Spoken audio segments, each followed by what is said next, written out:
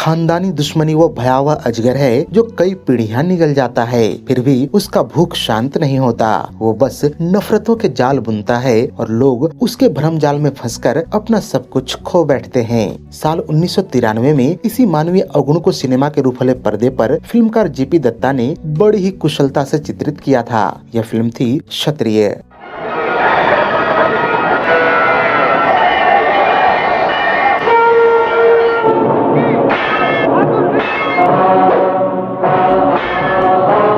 आज का हमारा यह बेहद ही रोचक एपिसोड फिल्म क्षत्रिय पर ही केंद्रित है, जहां हम इससे जुड़ी कई अनसुनी व दिलचस्प बातें जानेंगे। मसलन अमिताभ बच्चन और रेखा ने इस फिल्म का हिस्सा बनने से साफ इनकार क्यों कर दिया था और उन्हें फिल्म में कौन सा रोल ऑफर किया गया था। संजय दत्त के द्वारा अभिनीत वो कौन सी फिल्म है जिसका नाम Guinness book of world record में दर्ज है और उस फिल्म के नाम ऐसा कौन सा अनोखा रिकॉर्ड है जो ये सम्मान हासिल हुआ।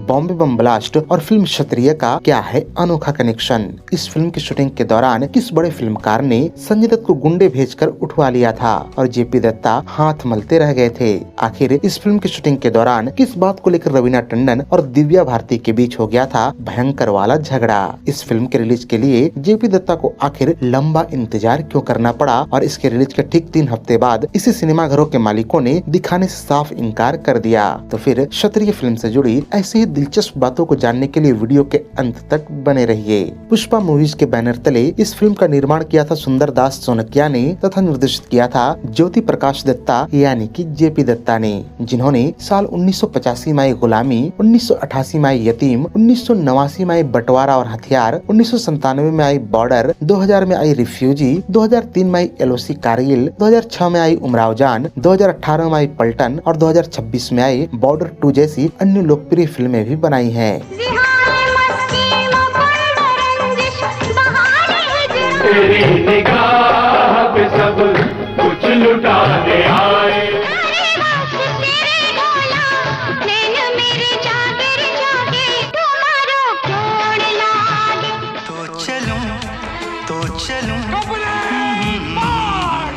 खैर, फिल्म क्षत्रिय के कहानी व पटकथा लेखक थे स्वयं जेपी दत्ता तथा इसके संवाद लिखे थे उनके पिता ओम प्रकाश दत्ता अर्थात ओपी दत्ता ने। तकरीबन 3 घंटे 7 मिनट लंबी इस फिल्म को रिलीज किया गया था 26 मार्च 1993 को तथा इसके प्रमुख सहायक व मेहमान भूमिकाओं में नजर आए थे सुनील दत्त, धर्मेंद्र, विनोद खन्ना, सनी देओल, संजय दत्त, मीनाक्षी शेषाद्री, रवीना टंडन, दिव्या भारती, राखी गुलजार, कबीर बेदी, प्रेम चोपड़ा, पुनीत इस्सर आदि। संगीतकार जोड़ी लक्ष्मीकांत प्यारेलाल और गीतकार आनंद बख्शी के साझी मेहनत से तैयार किए गए कुल 9 गाने इस फिल्म के ऑडियो एल्बम में रखे गए थे, जिनके बोल हैं मैं खींची चली आई, छम छम बरसों पानी, मैं एक प्यासी कली, हेलो हेलो गीत के 2 वर्जन, दिल न किसी का जाए के 2 वर्जन, सपने में सखी और तूने किया था वादा। फिल्म के इन गीतों में अपनी मधुर आवाज दी थी लता मंगेशकर, कविता कृष्णमूर्ति, अलका याग्निक, साधना सरगम और मोहम्मद अजीज ने।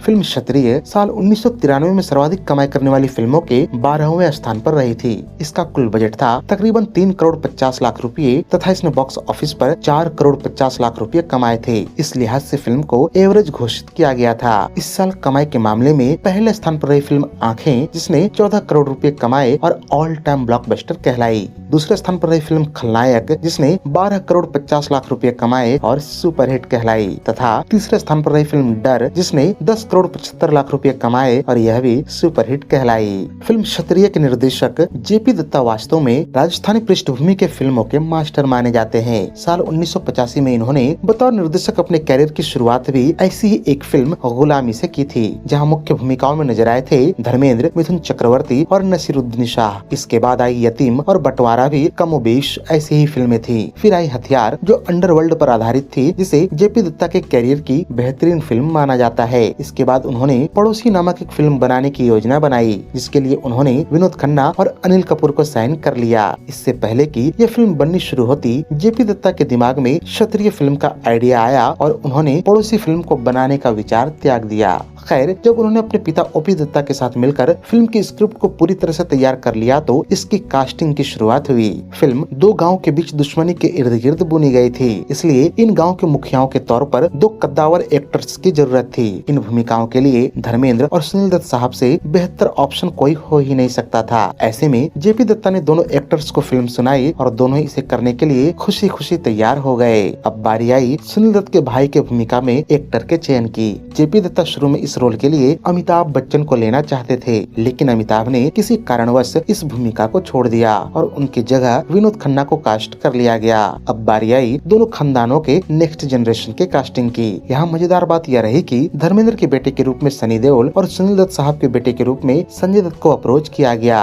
सनी को जब इस फिल्म की स्क्रिप्ट सुनाई गई तो उन्होंने कहा कि फिल्म की कहानी और मेरा रोल दोनों ही बेहतरीन है, लेकिन पिछले कुछ समय से मैं अत्यधिक बैक पेन से गुजर रहा हूँ, मैं चाहकर भी आपकी फिल्म नहीं कर सकता। इस पर जेपी दत्ता ने सनी देओल से कहा कि इस रोल को आप ही निभाएंगे, चाहे हमें आपके ठीक होने का इंतजार क्यों न करना पड़े। इस तरह से सनी फिल्म के लिए चुन लिए गए। उधर संजय दत्त से जब बात की गई तो उन्होंने भी फिल्म और अपने रोल को बेहतरीन बताया, लेकिन उन्हें इस बात को लेकर थोड़ा दुख जरूर हुआ कि इस फिल्म में उनके पिता सुनील दत्त तो जरूर हैं, लेकिन दोनों का एक साथ कोई सीन नहीं होगा। वैसे क्षत्रिय वो चौथी फिल्म रही जिसमें दोनों ने एक साथ काम किया था। इससे पहले दोनों साल 1964 में आई यादें, 1971 में आई रेशमा और शेरा और 1981 में आई रॉकी में काम कर चुके थे। अब आप यहाँ सोच रहे होंगे कि रेशमा और शेरा में संजय कवालों की टोली में नजर आए थे और रॉकी में सुनील दत्त उनके पिता बने थे, लेकिन यादें में तो संजय का कहीं अता पता ही नहीं था, क्योंकि इस फिल्म को Guinness book of world record में इसलिए दर्ज किया गया था कि यह एक ऐसी फिल्म थी जिसमें केवल एक ही एक्टर नजर आता है।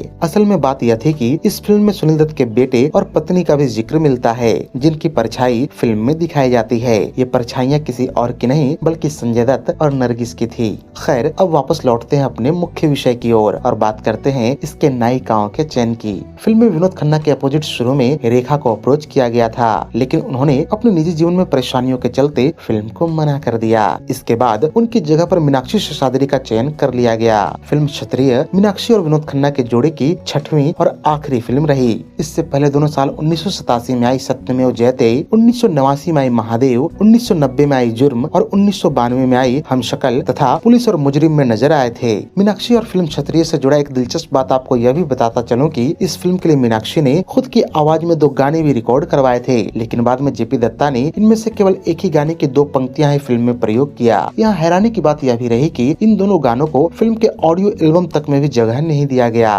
खैर, मीनाक्षी के अलावा शुरू में फिल्म के लिए मनीषा कोइराला, जेबा बख्तियार और रवीना टंडन को अप्रोच किया गया था। इनमें से रवीना तो फिल्म के लिए मान गयी, लेकिन मनीषा और जेबा इसका हिस्सा नहीं बन पाई। ऐसे में मनीषा के जगह पर दिव्या भारती और जेबा के जगह पर डॉली मिन्हास का चयन कर लिया गया। संभवतः इस वक्त आप सोच रहे होंगे कि ये डॉली मिन्हास कौन है और फिल्म क्षत्रिय में इन्होंने कौन सी भूमिका निभाई थी। असल में डॉली 90s में एक उभरती हुई एक्ट्रेस थी जो 1988 में मिस इंडिया यूनिवर्स की विजेता रह चुकी थी और 1991 में आई फिल्म दस्तूर से डेब्यू किया था। फिल्म क्षत्रिय में इन्होंने सुनील दत्त के बेटी का किरदार निभाया था। जहाँ तक बात है फिल्म की शूटिंग की, तो इस दौरान भी काफी दिलचस्प घटनाएं हुई थी। जैसा कि आप जानते हैं कि इसकी अधिकतर शूटिंग राजस्थान में हुई। एक दिन जब इसकी शूटिंग बीकानेर किले में हो रही थी, तभी वहाँ एक एयरक्राफ्ट उतरा जिसमें से 4 हट्टे कट्टे गुंडे टाइप आदमी बाहर आए। वो चारों सीधे शूटिंग के बीच में जा पहुँचे और इससे पहले कि वो कुछ बोलते खुद जेपी दत्ता आगे आए और उनसे पूछा कि तुम लोग कौन हो और तुम्हें क्या चाहिए। उनका जो जवाब था उसे सुनकर सेट पर उपस्थित सभी लोग अवाक रह गए। उन्होंने कहा कि हमें फिरोज खान साहब ने भेजा है और हम संजय दत्त को लेने आए हैं और किसी भी हाल में लेकर ही जाएंगे। जेपी दत्ता को यह सुनकर बुरा तो अवश्य लगा, लेकिन जब उन्हें पता चला कि संजय दत्त पहले ही फिरोज खान को फिल्म यलगार की शूटिंग के लिए डेट्स दे चुके हैं, तो उन्होंने बखेड़ा खड़ा करने की जगह पर संजय को उनके साथ भेज दिया। इस घटना के अलावा भी क्षत्रिय के शूटिंग से जुड़े कई किस्से सुनने को मिलते हैं, जिनमें प्रमुख हैं रवीना टंडन और दिव्या भारती का क्लैश। रिपोर्ट्स की माने तो दिव्या को लग रहा था कि जेपी दत्ता और उनकी पत्नी विंध्या गोस्वामी रवीना को ज्यादा फेवर कर रही हैं। दिव्या का यह शक तब और भी ज्यादा गहरा हो जाता है जब वो देखती हैं कि रवीना जेपी दत्ता और विंध्या के साथ डिनर के लिए भी जाती हैं। दोनों की यह राइवलरी तब और ज्यादा बढ़ गई जब दिव्या ने एक दिन देखा कि रवीना को उनसे ज्यादा अच्छा आउटफिट पहनने को दिया गया है। कहते हैं कि दिव्या उस दिन एक सिरे से उखड़ गयी और इस बात पर अड़ गयी कि उन्हें भी रवीना जैसा ही आउटफिट दिए जाए, नहीं तो वो शूटिंग नहीं करेंगी। खैर, इस बात में कितनी सच्चाई है इसकी पुष्टि तो रवीना, जेपी दत्ता और विंध्या गोस्वामी ही कर सकते हैं, लेकिन यह भी एक सत्य है कि दिव्या अपना पक्ष रखने के लिए अब इस दुनिया में नहीं है। वैसे फिल्मों की शूटिंग के दौरान इस प्रकार की घटनाएं आम मानी जाती हैं और फिल्म क्षत्रिय कोई अपवाद नहीं है। यहाँ गौरतलब यह है कि बहुत सारे स्टार्स के एक साथ काम करने के बावजूद भी यह फिल्म महज 12 महीनों में ही पूरी कर ली गई थी। इसे 20 नवंबर 1992 को रिलीज किया जाना था, लेकिन फिल्म की रिलीज से ठीक 2 दिन पहले मुंबई में सांप्रदायिक दंगे शुरू हो गए। इस दौरान सभी थिएटर्स 4 हफ्ते के लिए बंद कर दी गयी और कोई भी बड़ा प्रोड्यूसर मार्च 1993 तक अपनी फिल्म रिलीज नहीं कर पाया। इसी कारणवश क्षत्रिय, दामिनी, परंपरा और लुटेरे जैसी पूरी हो चुकी फिल्मों में काफी देरी हुई। ये सभी नवंबर और दिसंबर 1992 में ही रिलीज होनी थी।